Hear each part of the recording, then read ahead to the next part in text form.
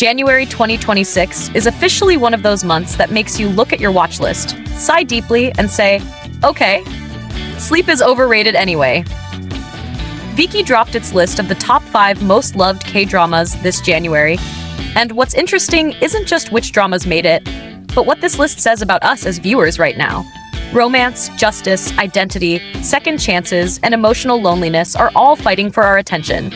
And honestly, that mix feels very on brand for the start of a new year. So today, I don't just want to read you a list. I want to talk with you about why these dramas worked, which ones surprised me, which ones I think are a little overhyped, and which ones might quietly become your personal favorite if you give them a chance. Let's start with Positively Yours, because this drama feels like comfort food with a little extra spice. At first glance, it sounds like a trope we've seen many times before. A one-night stand, 2 people who don't believe in marriage, and an unexpected consequence that forces them back into each other's lives. But what makes this drama click is how grounded it feels emotionally. Oh Yun-so's character, Jang Hui-won, is painfully relatable if you've ever been great at your job, but absolutely terrible at prioritizing your personal life. She's not written as a clumsy rom-com stereotype. She's competent, exhausted, and emotionally guarded. Choi Jin-hyuk as Kang Do-jun brings that calm, mature CEO energy that doesn't scream toxic masculinity, which is refreshing. Personally, I think the reason this drama ranked so high on Viki is because viewers are craving romance that doesn't feel naive. It acknowledges fear of commitment without romanticizing emotional avoidance. I do wonder, though, if some viewers felt the pacing leaned too safe. What do you think? Do you prefer rom-coms that play it safe emotionally? Or do you want them to hurt a little more before the happy moments land? This is where the tonal shift happens. The Judge Returns is not here to make your heart flutter. It's here to make your blood boil, in the best way. Ji-sung plays a corrupt judge who is painfully aware of his own moral failure, which already makes him more interesting than a standard righteous lead. The time travel element, sending him back 10 years into the past, could have easily turned gimmicky, but instead, it becomes a powerful narrative device about accountability. What would you do if you knew exactly when you sold your soul? Could you really make different choices? Or would fear stop you again? That's what this drama asks, and I love that it doesn't pretend justice is easy or clean. Personally, I think this drama resonated because audiences are tired of unrealistic heroes. We want flawed people trying to do the right thing, even when it costs them everything. That said, some episodes feel heavy, almost exhausting, and I'm curious. Do you enjoy binge-watching intense moral dramas like this? Or do you need lighter shows in between to recover?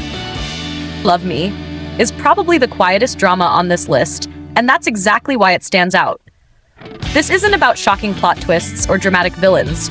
It's about emotional distance, loneliness, and the way people hurt each other without even realizing it. Seon-jin as Seo Jun-kyung delivers one of those performances where nothing flashy happens, yet everything feels painfully real.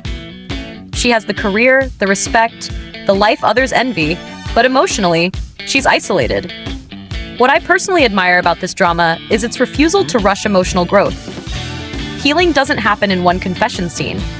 Love doesn't magically fix years of emotional neglect. I think January viewers connected with this because it mirrors how many people feel at the start of a new year.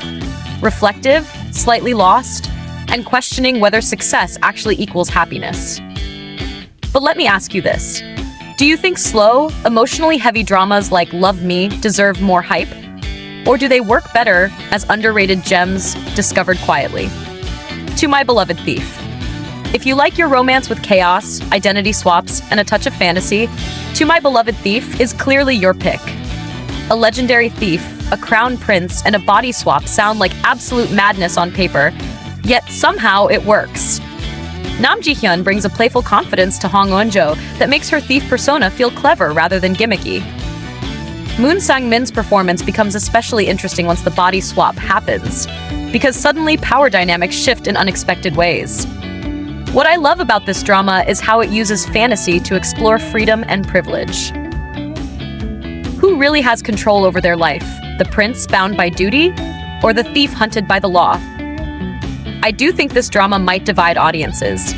Some people will love the fast pace and humor, while others may feel it leans too much into fantasy at the expense of emotional depth. So I'm curious, are you more forgiving of plot logic when a drama is fun, or do you need emotional realism no matter how wild the concept is? Finally, we have Idol 1, which might be the most intriguing entry on this list.